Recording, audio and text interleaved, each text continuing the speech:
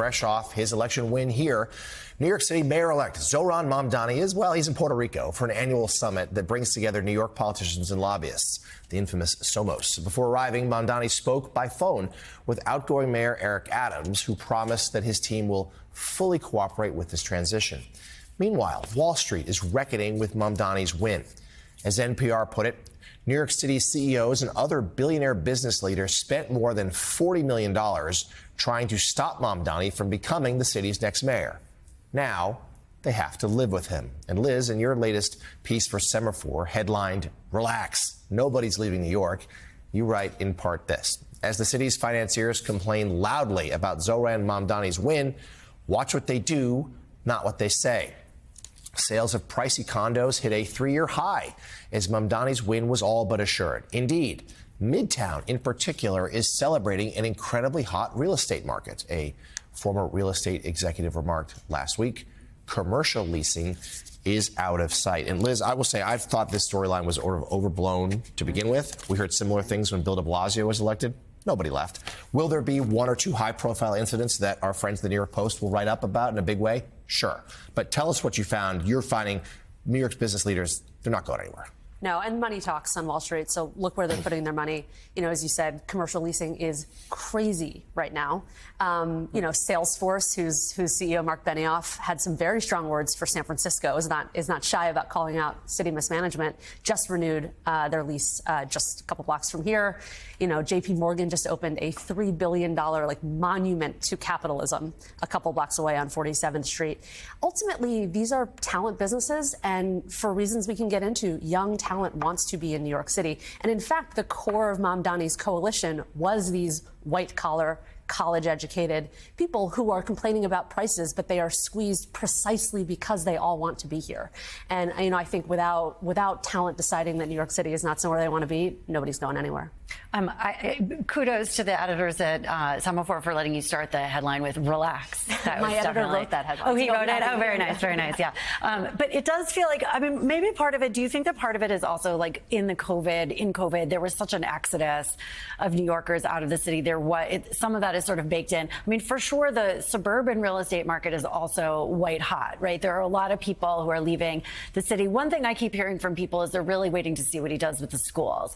That if he puts in somebody that's perceived as like really radical as schools chancellor, there were rumors this summer that he might put in Jamal Bowman. That seems not to be the case now, but people were freaking out about that.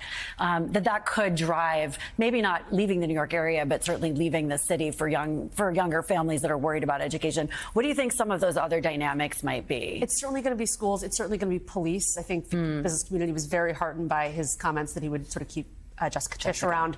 I think you're talking about the pandemic, and you're right. And there was sort of this sense that Wall Street was going to lose, sort of its core talent, and companies were kind of going to leave. But actually, I think the opposite happened, which is on the back of the pandemic, the loudest voices for people having butts in seats 5 days a week were the CEOs of these big financial institutions. And they're going to find it very hard to demand that their employees are in and have them be absentee. So, J-Mart, you're also on the Mamdani beat this week, and you've got a new piece for Politico magazine titled, "New York is quietly preparing against Trump's takeover of the city." And you write in part this: alarmed at what Trump may do in response to Zohran Mamdani's election as New York City mayor, Governor Kathy Hochul has devised a virtual war room and convened a series of conversations with law enforcement, business officials, and activist groups to stop or at least mitigate any federal incursion.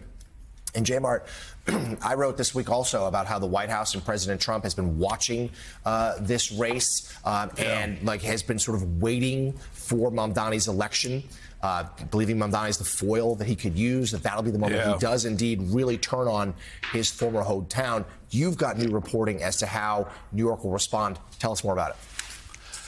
Yeah, so quietly and behind the scenes, there's been a pretty extensive preparation campaign led by Governor Hochul.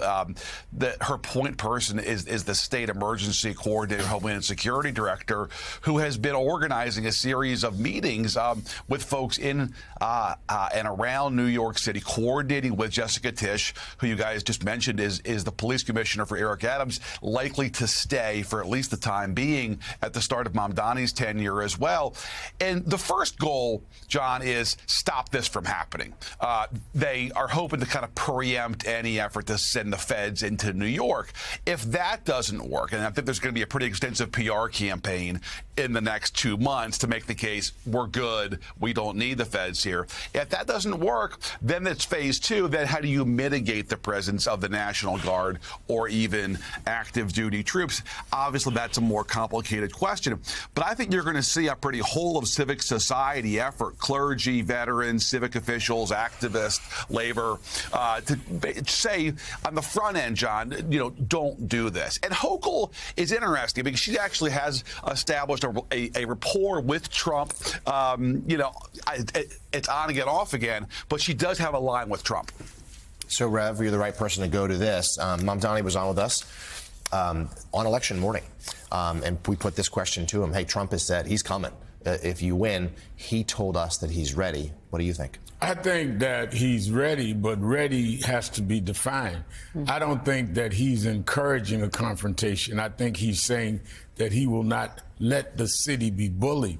But I also know, and I talked to Jonathan about his piece, that many in the faith community, we are already talking. Bishop Hyde of the Episcopal Diocese, Reverend A.R. Bernard, and others of us are talking about how we set a moral tone to stand up and do what is right. And if the worst comes, how we can try and help to mitigate that with the governor and others, because at the same time, we want to protect those that we feel are unfairly targeted.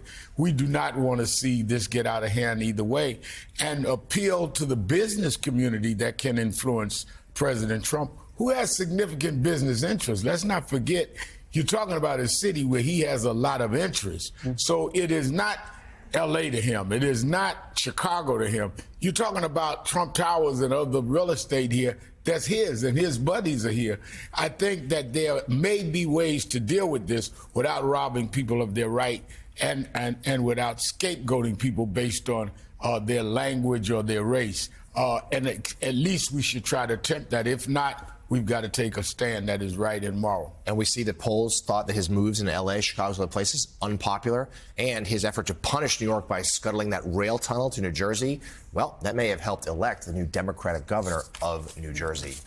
We will stay on this. Liz Hoffman, thank you so much. Her new piece for Semaphore, an important piece available to read online now. Good to see you. Also, senior political columnist at Politico, Jonathan Martin. J. Martin, thank you again. New piece also available to read online.